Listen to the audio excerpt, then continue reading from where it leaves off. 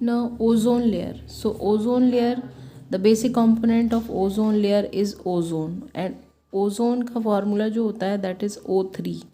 ठीक है, it is a poisonous gas, but अगर ये ट्रेस अमाउंट में प्रेजेंट होती है तो ये पॉइजनस बिहेव नहीं करती. ठीक है, सो ये आपके एटमॉस्फेयर में एक ट्रेस अमाउंट के फॉर्म में प्रेजेंट है. और ये यूवी रेज को क्या करती है, यूवी रेज के जो हार्मफुल रेडिएशन है उनको एब्जॉर्ब करती है. Basically it is a try atomic gas. Try atomic का मतलब है कि यहाँ पर 3 एटम्स प्रेजेंट हैं ऑक्सीजन के, and this is very unstable molecule, जो कि आपका अर्थ सरफेस के अगर आसपास होता है तो ये डिकम्पोज हो जाता है, मतलब कि ब्रेक डाउन हो जाता है इसका ऑक्सीजन के फॉर्म में. ठीक है, now the position of the ozone layer is just above the 20 kilometre of the surface of the earth in stratosphere layer of the atmosphere.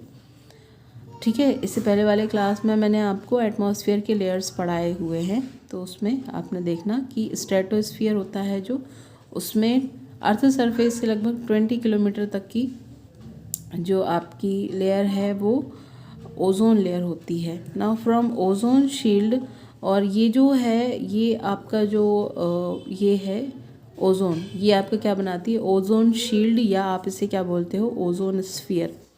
अब ये जो ओजोन स्फीयर है ये क्या काम करती है, अल्ट्रा वायलेट रेजेस जो सन से आते हैं, सन के जो हार्मफुल रेडिएशंस होते हैं उनको एब्जॉर्ब करती है. ठीक है, और अर्थ सरफेस पे नहीं आने देती, तो इससे अर्थ सरफेस जो है आपके उस रेडिएशन से प्रोटेक्ट रहती है.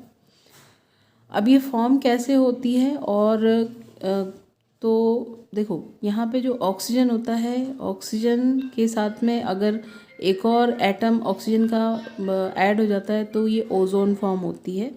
और ये जो ओजोन है ये बहुत ही लो कॉन्सेंट्रेशन में फॉर्म होती है, बट ये लो कॉन्सेंट्रेशन भी इसकी काफ़ी ज़्यादा वर्क करती है आपका.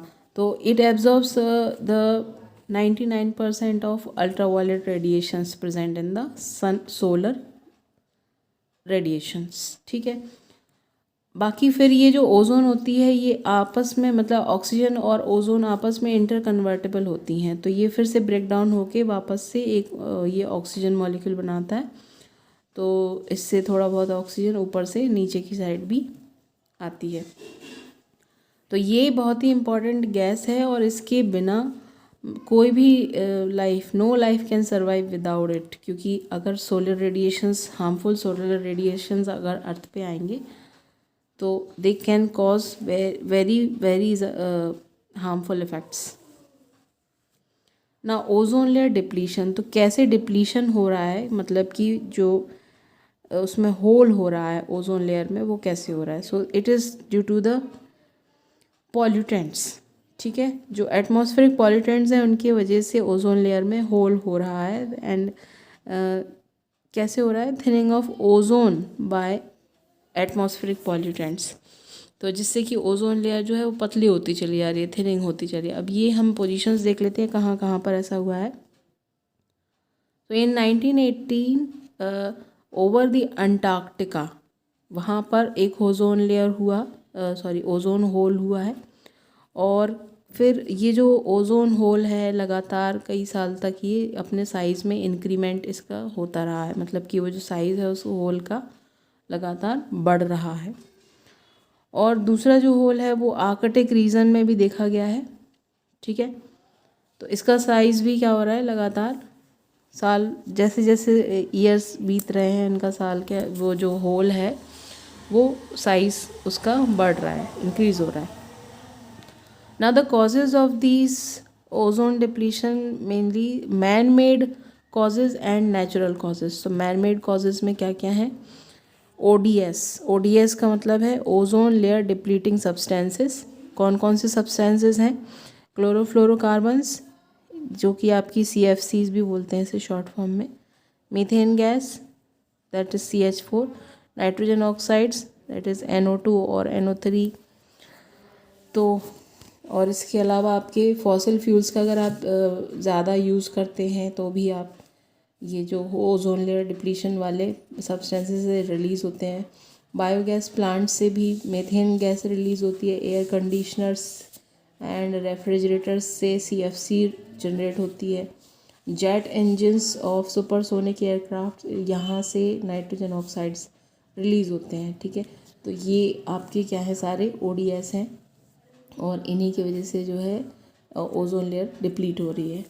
नाउ सम नेचुरल कॉजेज़, तो नेचुरल कॉजेज़ में क्या जाएगी, लाइक वॉल्केनो है, तो वॉल्केनो जब इरप्ट होता है तो उसमें से various kinds of toxic gases भी निकलती हैं and they are the mainly cause of the ozone layer depletion. Lightning and thunder, ठीक है, इसके टाइम पर भी जो nitrogen oxide and nitrates form होता है वो भी आपके ओजोन लेयर डिप्लीशन का एक रीज़न है।